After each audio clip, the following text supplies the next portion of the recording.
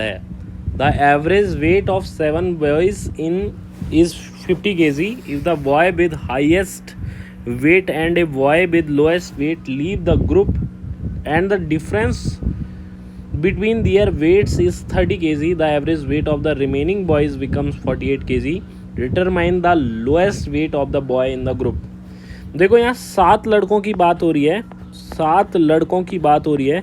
7 लड़कों का जो एवरेज वेट है, यहाँ आपको ऐसे लिखना होता है, एवरेज वेट दिया हुआ है 50 kg के इक्वल।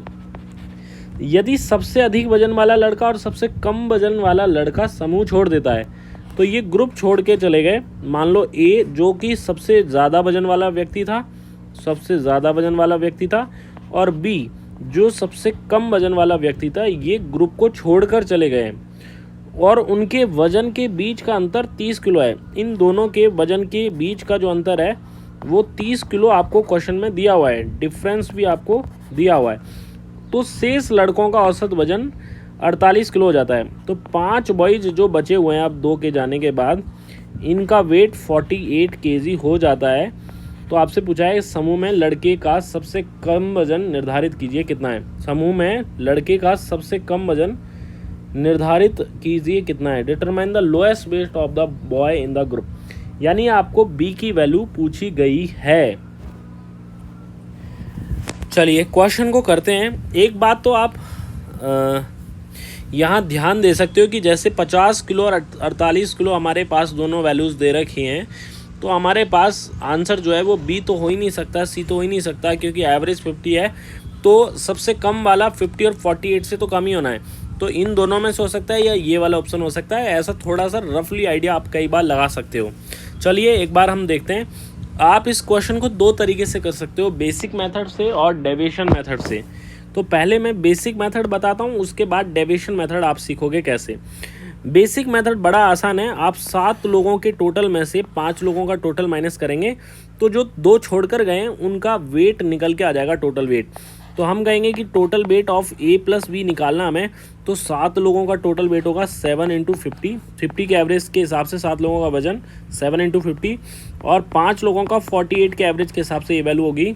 तो ये आएगा 350 और 240 का अंतर, यानी कि 110। तो ए प्लस बी की वैल्यू 110 आएगी, और इन दोनों का अंतर अगर 30 किलो है तो आपको बी की वैल्यू निकालनी है। तो माइनस करके आधा कर दो आप, क्योंकि माइनस करेंगे ना जैसे ही तो ये कैंसिल हो जाएगा, और ये 2b इक्वल टू माइनस करने पर 70 आएगी। तो b की वैल्यू निकालनी है तो 70 का आधा, तो इनका अंतर लेके आधा करते हैं तो 35 किलो हमारा आंसर निकल के आ जाएगा, जो कि किसी भी ऑप्शन में है नहीं। तो आंसर ई ऑप्शन आएगा यहाँ, नन ऑफ दीज। ठीक है, चलिए अब दूसरा मेथड हम अपनाते हैं। यहाँ पर दूसरा मेथड देखते हैं कि क्या इसमें आंसर आ सकता है, किस तरीके से हम इसको डेविएशन मेथड से करेंगे। देखो ये लेफ़्ट होने वाले तरीके से और शामिल होने वाले तरीके से दोनों से किया जा सकता है। तो आप कहोगे कि ए और बी उस ग्रुप का हिस्सा थे जिसका एवरेज 50 kg था, तो मतलब ये कम से कम 2 × 50 kg वेट के तो होने ही चाहिए, लेकिन इनके जाने से एवरेज वजन 48 रह गया है, यानी कि एवरेज वजन में 2 किलो की कमी आई है। 5 लोगों पर 2 किलो की कमी आई है किसी के जाने से, इसका मतलब इनका वजन ज़्यादा होगा। किसी के जाने से एवरेज वेट में कमी होगी, इसका मतलब वो एवरेज वेट से ज़्यादा के होंगे, और ज़्यादा के लिए हमें प्लस साइन का यूज़ करना है। तो 5 बच्चों पर 2 किलो की कमी आई है, यानी कि वास्तव में 10 किलो एक्स्ट्रा लेके गए होंगे। तो यहाँ से 100 और 10, ये टोटल वेट इनका 110 kg इस तरीके से निकल के आता है। और दोनों का अंतर हमें पता है 30 है, तो अंतर 30 है और सम 110 है, तो अंतर का आधा यानी कि 70 का आधा करने पर 35 किलो ही हमें बी की वैल्यू निकल के आ जाएगी।